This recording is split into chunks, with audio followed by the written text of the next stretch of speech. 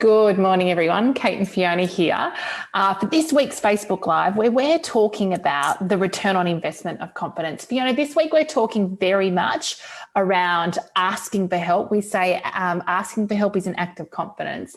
And of course, the ability to build relationships with sponsors, mentors, and peers, and then leverage those relationships to help us, to support us achieve our professional goals is gold when it comes to achieving our career goals. Yes, I think we can often underestimate how powerful it is to, as you say, create those relationships, to nurture them, to actually make them a priority in our world. We talk a lot about, what is an act of confidence? Well, certainly asking for help is, and being prepared to strengthen ourselves through the very act of asking and then maintaining these great relationships is an absolute must if you actually want to progress your career, if you want to do more, if you want to be have access to opportunities, if you want to get different perspectives in your life. I think we underestimate what's available to us when we do this well. Yeah, I think this is, I'm always, and it never ceases to amaze me, the generosity of people, particularly in a world where everyone's really busy.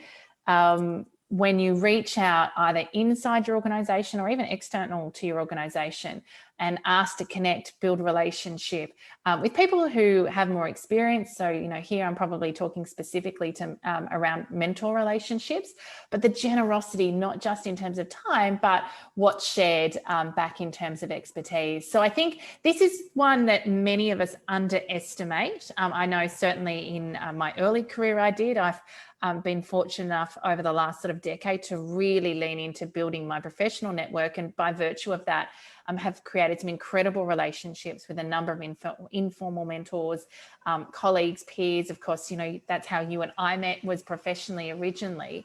But I think this piece around really starting to think about how am I building my network, by definition, nurturing relationships off the back of that, to leverage the support, the career support that can come, and life support, to be fair, like personal and professional, that can come through having a really strong network of mentors, sponsors, and peers who can help you make introductions for you.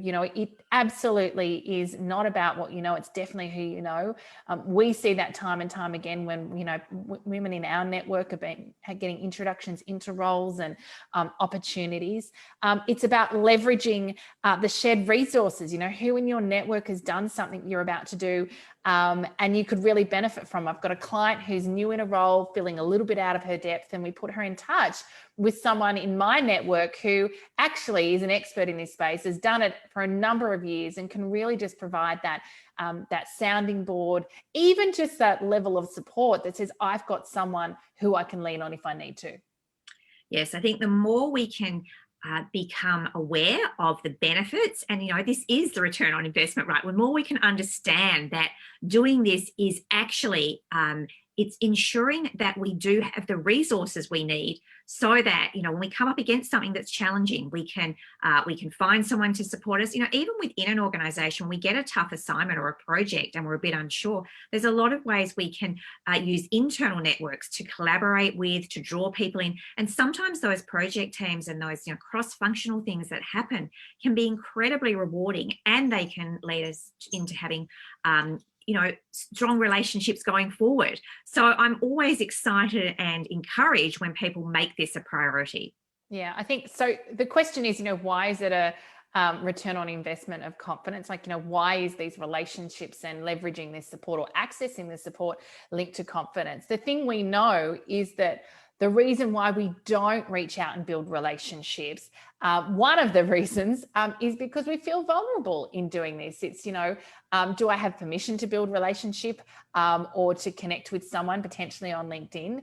Will I be rejected? Will they say no? How will that make me feel? These are just some of the things that come up. Of course, I don't have the time, or it's not a priority for me. All of these sorts of stories are things that play out and get in the way of us making this a priority in terms of building our network, building relationships.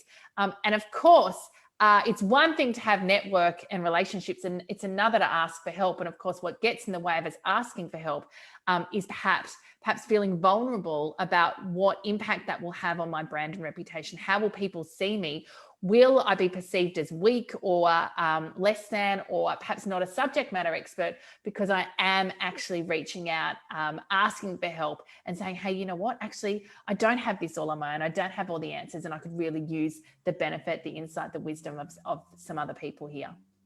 Yeah, this one is the irony of this, that we hold ourselves back from doing something that would be so beneficial and so useful to our career and to our organization and to contributing all that we could do, is people actually want to help. People are, they always, the thing we hear from sponsors and mentors that maybe, they least enjoy about this is if they don't get asked good questions, they don't actually leverage the opportunity of tapping into all of that wisdom, that perspective, that knowledge that they have and they can share. So we're really always encouraging people to see this as an opportunity to not do the, the sort of safe thing, or the, even the self-sabotage thing of, telling yourself why you can't do this, but really finding reasons why I can, why I would. And, again, as with everything we say, okay, start small. Just start with a few people, maybe inside your organization, or maybe a few old contacts from a previous role that you haven't been in touch with for a while. Reach out, make that time for a coffee, even get on a phone call if that's all you can do.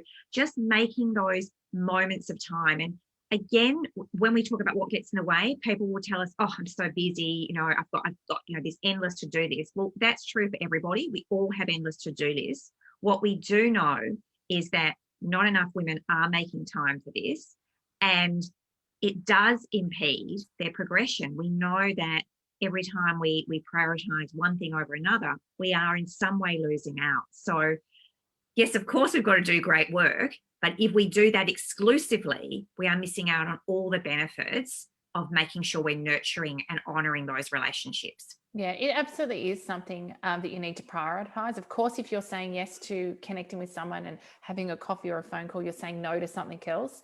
That is just life these days. But understanding the value in it for you, that insight or that wisdom from a mentor who can help you see something differently, that is priceless.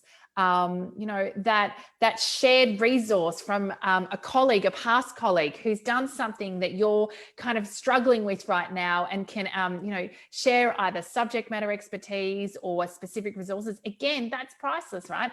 That's where we talk about, work strategically. So I think we've really got to open ourselves up to this. We've got to have the courage, I think, perhaps to reach out to people who we maybe don't feel like we have permission or a right to, and test the waters. Of course, it's going to feel a little bit uncomfortable. That goes for people in our organization and outside our organization. Here's the thing I'm going to say. In all the time I've been coaching women around this, I'm going to say 7 out of 10 people cold, when women reach out on LinkedIn looking to build relationship, connection, have conversation, 7 out of 10 people will say yes to a coffee or a catch up on a phone call. Humans are incredibly generous, and it's on us as individuals to be able to start to activate this, to do it with authenticity and integrity. Of course, that goes without saying, and we won't dig in there. But it's then also around building relationship. It's not about just the initial connection. It's about relationship. It's about nurturing those relationships.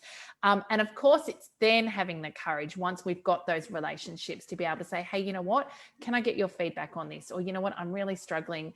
Can we sit down for half an hour? I really just, I need to just bounce some things off you. Or I just need to be heard, or I just need to be with you for a while. It's asking for the help that we need. Yes, yeah, the more that we do this, the more our career will benefit, the more our network will expand, and the more we'll have that resource available to us. So it's like this one act of confidence begets multiple acts of confidence, which I think is the quite exciting thing here, that just going into a little bit of discomfort of making connection and doing that well actually gives us a resource that will return itself so many times. I think people will be surprised if they realised what was available to them here. Yes. Well, that's it for us today. If you've enjoyed today's confidence conversation, please share it with your network, or if you've got a question, tag us in a comment below. And if you'd like to go further with your relationship with core confidence, please visit our website, coreconfidence.com.au.